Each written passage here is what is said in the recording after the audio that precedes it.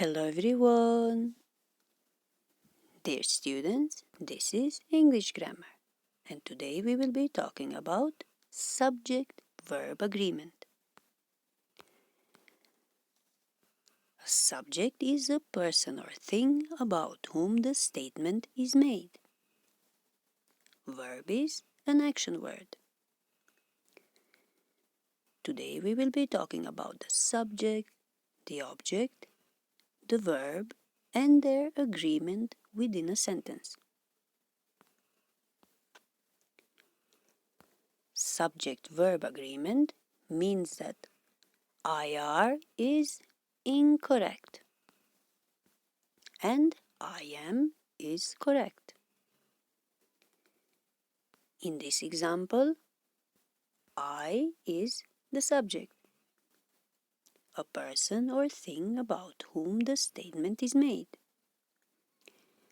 R is a verb. In this example, however, IR is incorrect. We will never say IR. We will say I am. Am is used with I, so we will never say he am or she am or we am. We will always say I am. Am comes with I. This means subject-verb agreement. Both subject and verb have their place within a sentence, just like the object and the other parts of speech.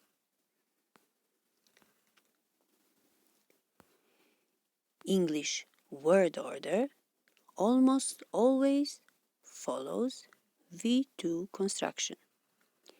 It means that a subject must be followed by a verb. It means that verb will come after the subject.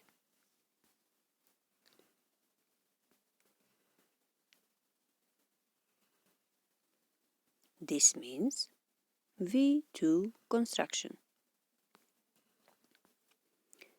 And what about the object? In grammar, a direct object is a noun that receives the action in a sentence.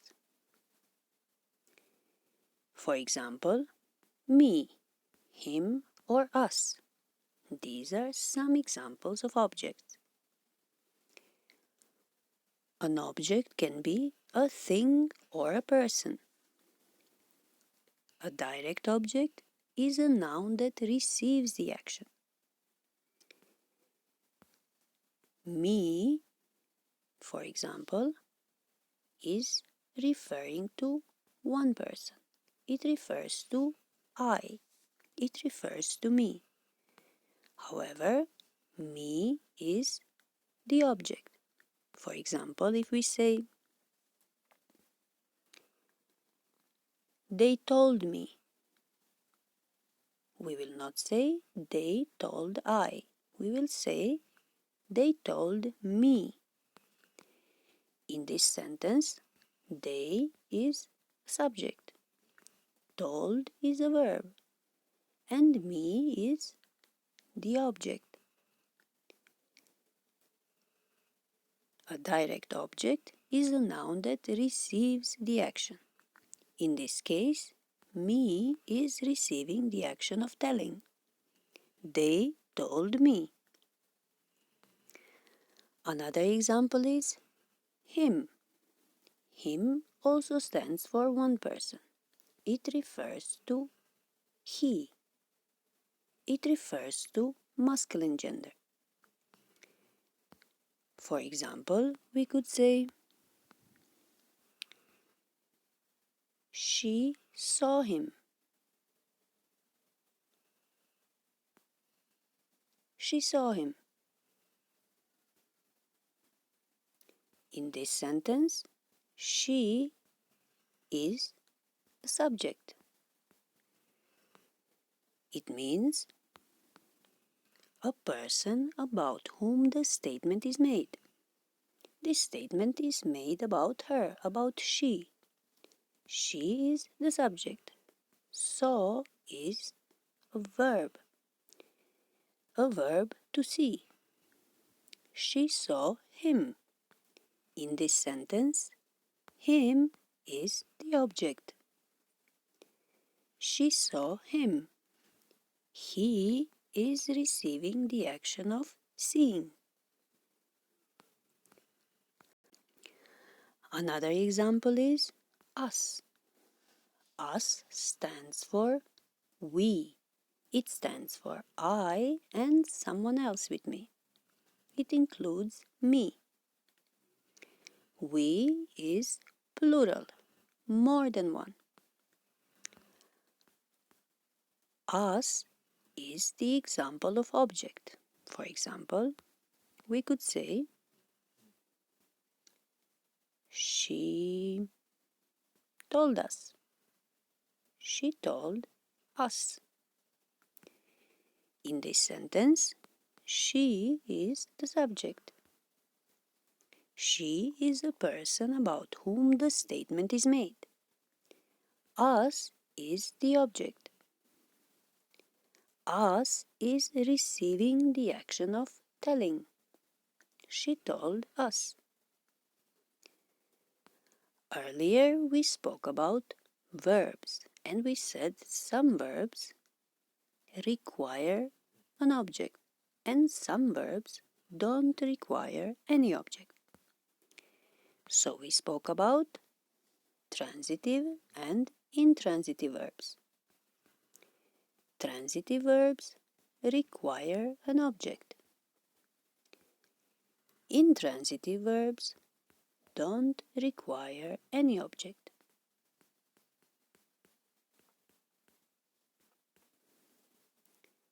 Here we have an example.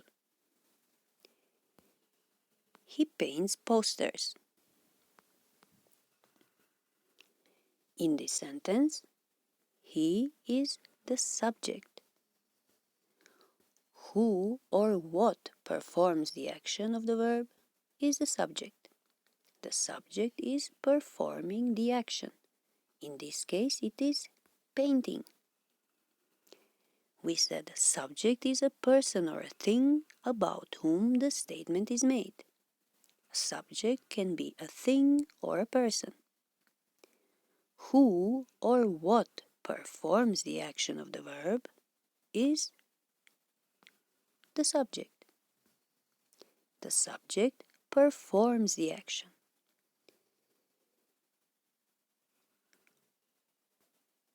In this sentence, paints is the verb. The verb is the word that expresses what exactly that action is. What is that action? Is it painting, drawing, singing, dancing? The verb is the word that expresses what exactly that action is. The subject is performing the action. And who is receiving the action? The object. Whoever or whatever receives that action is the object. Whoever or whatever means it can be a person or a thing. In this case, it is a thing. Posters. He paints posters. He stands for subject. Paints is a verb. Posters is the object. The subject performs the action. The object receives that action. And the verb tells us what that action is. In this sentence, we have a verb paints. Is this verb transitive or intransitive? We said transitive verbs require an object. Intransitive verbs don't require any object. So do we have an object here? Yes, posters is the object. So what does that tell us? It tells us that paints is transitive verb. It requires an object. Verbs that require an object are called transitive verbs. Verbs that don't require any object are called intransitive verbs.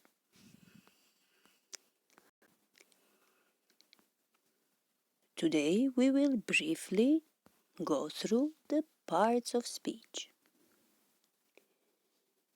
Nouns, pronouns, verbs, adjectives, adverbs, prepositions, conjunctions, and interjections. These are all parts of speech. We already spoke about nouns, pronouns, verbs, adjectives, and adverbs. Later on, we will talk more about prepositions, conjunctions, and interjections. Here we have some examples which will show us what is the order of nouns, pronouns, verbs, and other parts of speech within a sentence. First of all, noun. Nouns stand for person, a thing, a place, an animal, or a bird. In this sentence, the dog howled. The dog is the subject. We said a subject is a person or a thing about whom the statement is made. And this statement is made about the dog. The dog howled. To howl means the way he sounded. He sounded howling. He was howling. He was crying. This is the verb to howl. The dog howled. The dog cried. The dog is the subject. Howled is a verb. This sentence has no object. There is no object in this sentence. We said some verbs, such as howled, to howl, don't require any object. These verbs are called intransitive verbs. To howl is one verb which doesn't require any object. To howl is intransitive verb. Intransitive verbs don't require any object. Next we have pronouns. Pronouns are words that stand in the place of a noun. Here we have one example. It woke the baby. In this sentence, it is a pronoun. It woke the baby. It could be some noise which woke the baby. It is the subject. It woke the baby. We said subject means a person or thing about whom the statement is made. This statement is made about it, about something that woke the baby. In this sentence, woke is a verb to wake, to make someone get up. And the baby is the object. Verb to wake is transitive verb. It requires an object. Next is verb. We said verbs are action words. The loving mother comforted the baby. In this sentence, comforted is a verb. It is a verb to comfort. For example, the baby was crying. So the loving mother picked the baby up and told the baby, "Don't cry, my baby. Everything will be fine." This means to comfort. The loving mother comforted the baby. In this sentence, comforted is a verb. The loving mother is the subject. The loving mother is a person about whom the statement is made. This statement is made about the loving mother. And the baby is the object. Verb comforted or to comfort is transitive verb. It requires an object. In this sentence, the baby is the object. The baby is receiving the action of comforting. Next we have adjectives, describing words. The caring father rocked the baby. In this sentence, caring is an adjective, a describing word. Caring describes father. The father who was caring. In this sentence, the caring father is the subject. A person about whom the statement is made. This statement is made about the caring father. The caring father is the subject. Rocked is a verb. To rock. Rock comes from the verb to rock. The caring father must have picked up the baby and started rocking the baby left and right, and the baby fell asleep. The caring father rocked the baby. The caring father is the subject. Rocked is a verb, and the baby is the object.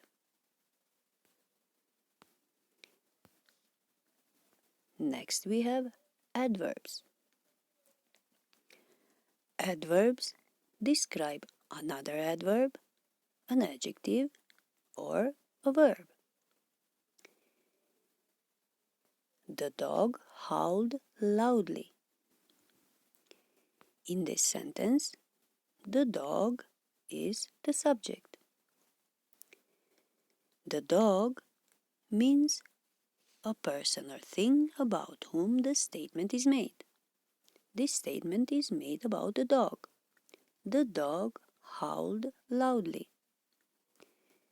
In this sentence, the dog is the subject. Howled is a verb. Loudly is an adverb. Adverb tells us something more about the verb. It tells us something more about the adjective or another adverb. In this example, loudly, which means in a loud way, which is an adverb, tells us something about the verb to howl. This sentence has no object. There is no object in this sentence. We have a subject, a verb, and an adverb. We said some verbs, such as to howl, are intransitive. They don't require any object. Next we have prepositions. we will talk more about prepositions, conjunctions, and interjections later on. Here we have an example. The baby cried for a long time. What are prepositions? Prepositions are words that come before a noun or a pronoun, called its object. A preposition shows the relation between its object, which means noun or pronoun, to some other word in the sentence. In this sentence, for is preposition. The baby cried for a long time. In this sentence, the baby is subject. Cried is a verb. For is a preposition. We said prepositions are words that come before a noun or a pronoun.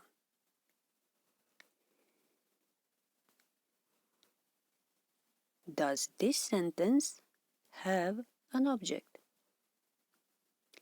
We said there is a subject, the baby. There is a verb, cried. There is a preposition also. And what about a long time? Is a long time an object? No, a long time is not an object. The verb cry is intransitive verb. It requires no object whatsoever. Next we have conjunctions. And here we have an example. The baby gazed at his mother and father. In this sentence, the baby is the subject. It means a person about whom the statement is made. This statement is made about the baby. The baby is a subject. Gazed is a verb. To gaze means to look steadily and intently. The baby gazed, the baby looked at his mother and father. Mother and father are receiving the action of gazing, of being looked at. The baby gazed at his mother and father. The baby is a subject. Mother and father is the object. Mother and father are receiving the action. In this sentence we said gazed is a verb. And is a conjunction. Conjunctions are words that join words and parts of a sentence or sentences. Conjunctions join the words or sentences. Next we have interjection. And here we have one example. Phew, the baby fell back asleep. Interjections are words that express a strong feeling. Some examples of interjections are hooray, ouch, wow, hey, and so on. These are interjections. Interjections are words that express a strong feeling. In this sentence, phew is an interjection. The baby fell back asleep. In this sentence, the baby is subject, a person about whom the statement is made. This statement is made about the baby. The baby is the subject. Fell asleep or fell back asleep is a verb. To fall back asleep. Now, does this sentence have an object? No, this sentence doesn't have any object. This sentence has a subject, which is the baby, and it has a verb, to fall back asleep. Some verbs, we said, don't require any object. They are called intransitive verbs. This was our today's short review of the parts of speech.